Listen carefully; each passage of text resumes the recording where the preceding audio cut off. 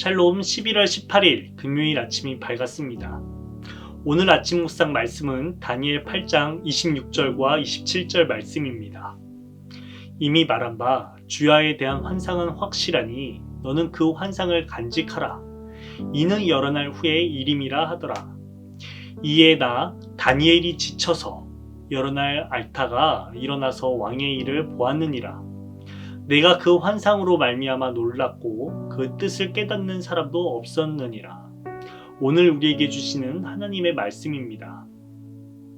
여러분은 신앙생활 하시면서 거룩한 부담감으로 인해 이러지도 저러지도 못한 적이 있으십니까? 그때 여러분은 어떻게 행동하셨습니까?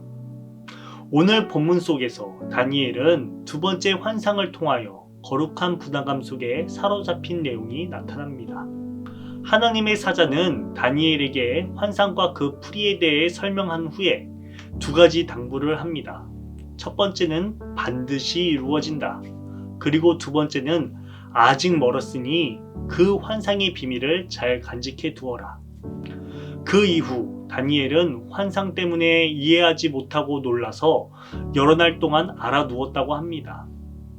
다니엘이 본 환상은 무엇이고 그 뜻은 무엇이었길래 이처럼 알아눕게 되었을까요? 오늘 아침 묵상을 통해 살펴보고자 합니다. 다니엘은 두 번째 환상을 통하여 순양, 수점소, 그리고 작은 뿔 하나에 관하여 꿈을 꾸었습니다.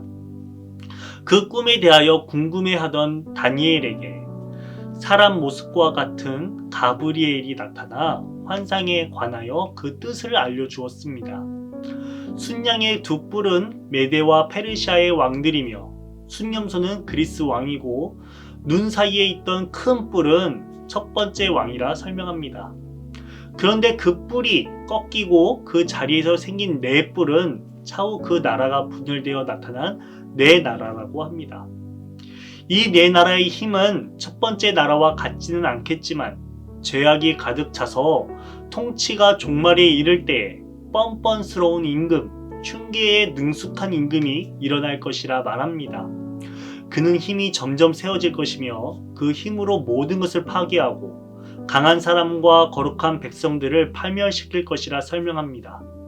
그뿐만 아니라 그는 음흉하여 매사에 속이는 데 능숙하고 마음이 방자하여 평화롭게 사는 사람들을 많이 죽이며 만왕의 왕을 대적할 것이라 예언합니다. 가브리엘이 마지막으로 다니엘에게 당부하길 이러한 일은 반드시 이루어질 것이며 아직 멀었으니 환상의 비밀을 잘 간직해 두라 라고 말합니다.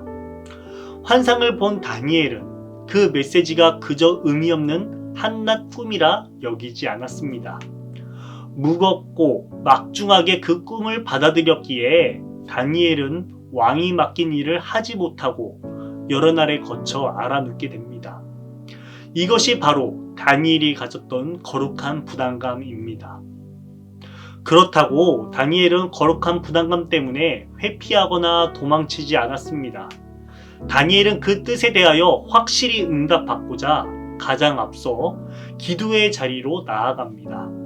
그렇습니다. 다니엘은 하나님의 뜻이 무엇인지 정확히 응답받고자 기도하는 자리로 향합니다. 하나님의 뜻을 구하는 가운데 자기 민족의 오랜 죄악을 고백하며 하나님의 심판이 공의로우심에 관하여 선포합니다. 이스라엘이 하나님의 뜻을 알고도 거역하였고 하나님께서 여러 번 기회를 주셨음에도 불구하고 돌이키지 않았습니다. 죄악으로 가득 찬 이스라엘의 역사를 다시 바라보며 다니엘은 회개의 기도로 나아갑니다. 또한 다니엘은 하나님께 회복을 구하였습니다. 그 회복의 유일한 길은 하나님의 긍휼과 자비임을 다니엘은 알았기에 간구하고 또 간구합니다. 이스라엘의 포로 생활로 이끄신 분이 하나님이시기에 회복의 소망 역시도 하나님이심을 다니엘은 굳게 믿었습니다. 사랑하는 신내 성도 여러분, 우리는 하나님 뜻 앞에 어떤 자세로 서 있습니까? 거룩한 부담감 때문에 만사를 내팽겨치고 회피하며 주의 얼굴로부터 도망치고 있지는 않습니까? 다니엘에게 하나님의 뜻을 전달한 그 사람과 같은 가브리엘을 통해 그 뜻을 온전히 전달받았음에도 불구하고 다니엘이 기도하는 자리로 나아간 이유는 무엇입니까? 바로 하나님의 뜻을 더 온전히, 더 확실히 깨닫고자 하기 위함이었습니다. 오늘 이 시간 우리 역시도 다니엘처럼 기도하는 가운데 두렵고 떨림 속에서 하나님의 온전한 뜻을 깨닫고 하나님 나라를 향하여 순종하시길 소망합니다. 주기도문으로 아침 묵상을 마치겠습니다. 하늘에 계신 우리 아버지여, 이름이 거룩히 여김을 받으시오며 나라가 임하시오며 뜻이 하늘에서 이루어진 것 같이 땅에서도 이루어지리다. 오늘 우리에게 일용할 양식을 주시옵고 우리가 우리에게 죄 지은 자를 사하여 준 것 같이 우리 죄를 사하여 주시옵고 우리를 시험에 들게 하지 마시옵고 다만 악에서 구하시옵소서. 나라와 권세와 영광이 아버지께 영원히 있사옵나이다. 아멘.